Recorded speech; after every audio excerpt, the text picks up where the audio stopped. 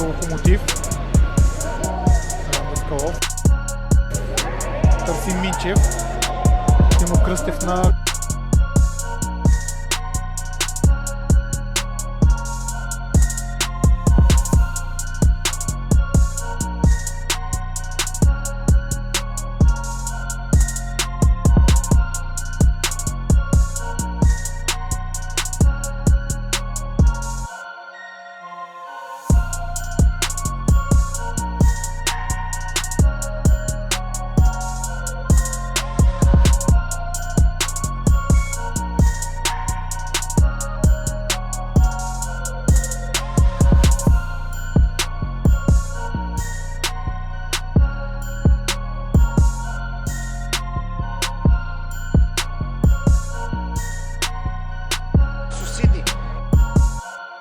Подаването е за Георги Лазаров. В точния момент Димо Кръстев притича и успя да... Играчите на двата отбора. Димо Кръстев категоричен във въздуха срещу Борис Димитров. Димо Кръстев за пореден път.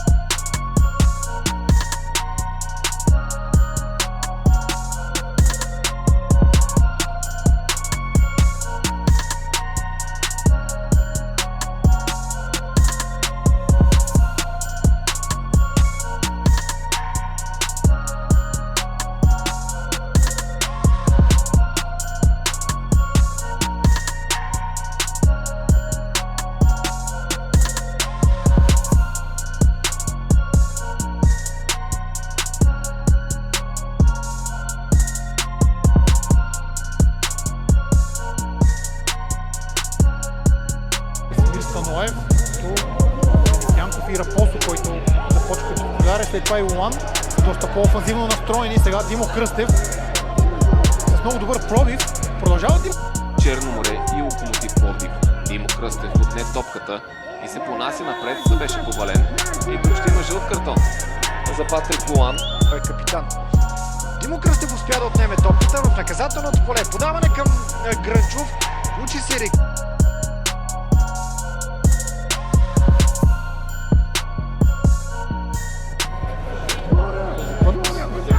По балона топка. Получава се разбъркване. Удар на Димо Кръстев и резултатът е открит. Димо Кръстев, който в миналия кръг... Тя бе пак в северозапада срещу Монтана. Ето тук белите се пропукват.